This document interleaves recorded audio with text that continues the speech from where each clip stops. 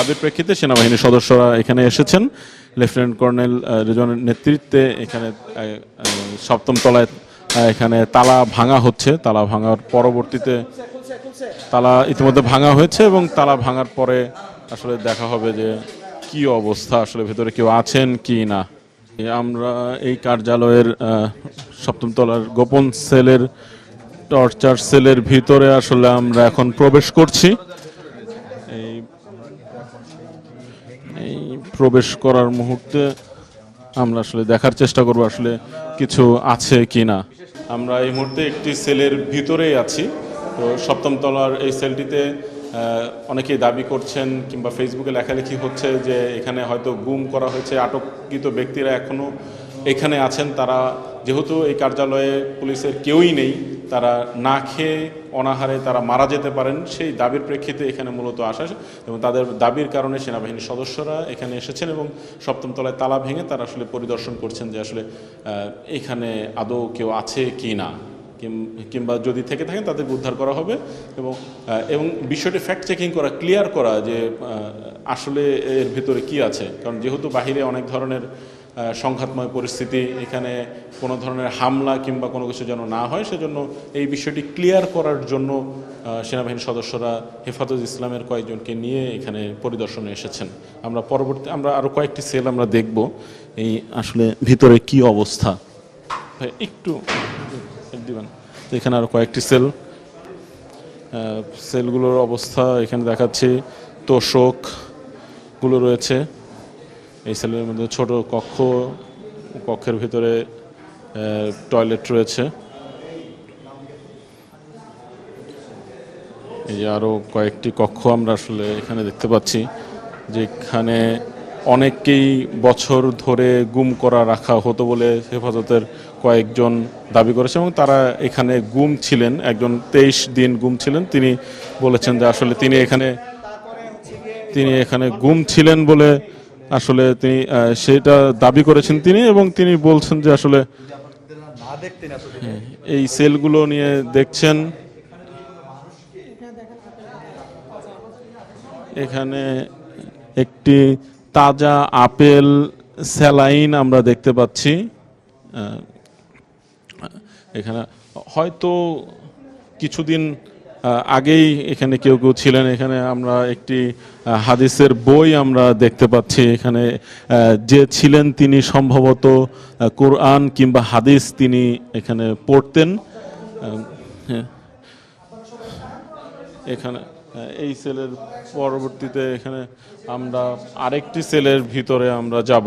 সেই সেলের ভিতরে আমরা দেখার চেষ্টা করবো আসলে কিছু। এই সেলে অবশ্য কোনো ধরনের তোষক কিংবা বালিশ কিছুই নেই। আমরা এই সেলের যে বিষয়টা হলো দেখানোর চেষ্টা করব। এই সেলে একটি পাজামা রয়েছে এখানে ঝোলানো, এই যে পাজামা, একটি গামছা রয়েছে এবং এই সেলে কিছু আছে। এখানে মাদ্রাসার ছাত্ররা ছিলেন। এখানে আমার ছেলেরা, আমার ভাইয়েরা এখানে এসে এরা কোরআন পড়ে। দেখেন এখানে দুইটি কোরআন শরীফ পাওয়া গিয়েছে। এখানে যিনি থাকতেন তিনি সম্ভবত এখানে যিনি ছিলেন তিনি কোরআন পড়তেন। আমরা এখানে প্রত্যেকটি রুমেই আমরা দেখেছি এখানে অনেকগুলো তোষক, বালিশ এগুলো আমরা দেখতে পাচ্ছি এখান থেকেই। এবং এরপরে আমরা ডান পাশে এতক্ষণ ছিলাম, আমরা বাম পাশে আসলাম। এখানে আমরা কয়েকটি সেল, একটি, দুটি, তিনটি, চারটি সেল, এখানে সিঙ্গেল সেল রয়েছে। এগুলোর মধ্যে অবশ্য কোনো ধরনের খাতা, বালিশ, তোষক কিছু নেই। এই বাথরুম আছে, বাথরুমের বালতি আছে, মগ আছে। এইখানেও এই সেলটিতেও আমরা দেখানোর চেষ্টা করছি যে এই সবগুলো সেলই মোটামুটি একদমই ফাঁকা, মোটামুটি নয় একদমই ফাঁকা। এর পরবর্তীতে আমরা আরেকটি সেল আমরা দেখব যে এই সেলটিতে এখানে অন্ধকার, কোনো ধরনের লাইট নেই, কিন্তু এই সেলগুলোতে কাঁথা, বালিশ, তোষক আসলে কিছুই নেই।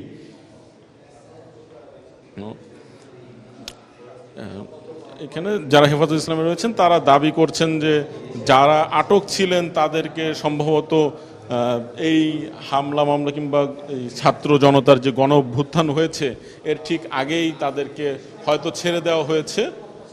তারা এই বিষয়টি হলো জানার চেষ্টা। আমরা আরেকটি সেলের দিকে যাব, এইখানেও ঠিক এই সেল, দুইটি সেল একটু বড় অন্য সেলগুলোর চাইতে। এগুলো ফাঁকা, একদম পরিষ্কার করা, মেঝেগুলো টাইলস করা, এবং এই সেলের এক পাশেই হলো বাথরুম রয়েছে। বাথরুমের এখানে আপনাদের একটু দেখানোর চেষ্টা করব। এখনও এখানে ব্রাশ, রেজার, একটি সাবান রয়েছে, একটি সরিষার তেলের বোতল রয়েছে।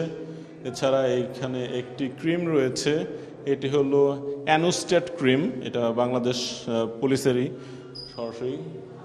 এছাড়া বাথরুমের মধ্যে একটু বাথরুমগুলো আমরা দেখানোর চেষ্টা করব। এখানে বালতি রয়েছে, টয়লেটে রয়েছে, লোয়ার কমোড, ফ্ল্যাশ রয়েছে।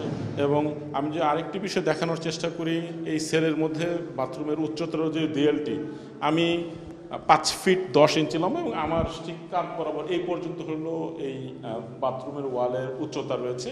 এবং ছোট একটি দরজার মধ্যে লক আছে, এখানে ব্যবহার করা হয়ে থাকে। তো আমরা পরবর্তীতে আরেকটি সেলের দিকে আমরা যাব, আসলে অন্যদিকে দেখানোর চেষ্টা করব যে কি অবস্থা। এখানে আমাদের সাথে সেনাবাহিনীর সদস্যরাও রয়েছেন, তারাও বিষয়টি ক্লিয়ার করার চেষ্টা করছেন যে আসলে জনমনের মধ্যে যে ধরনের কথা হচ্ছে যে আসলে এখানে অনেকেই আটক রয়েছেন কিংবা বন্দী রয়েছেন। পুলিশ সদস্যরা যেহেতু এখান থেকে চলে গেছেন, হয়তো আটক থাকলে তারা না খেয়ে মারা যেতে পারে, সেই প্রেক্ষিতে আসলে চেক করা এবং জনগণের কাছে স্পষ্ট বার্তা দেওয়া যে আসলে এখানে আর কেউ নেই।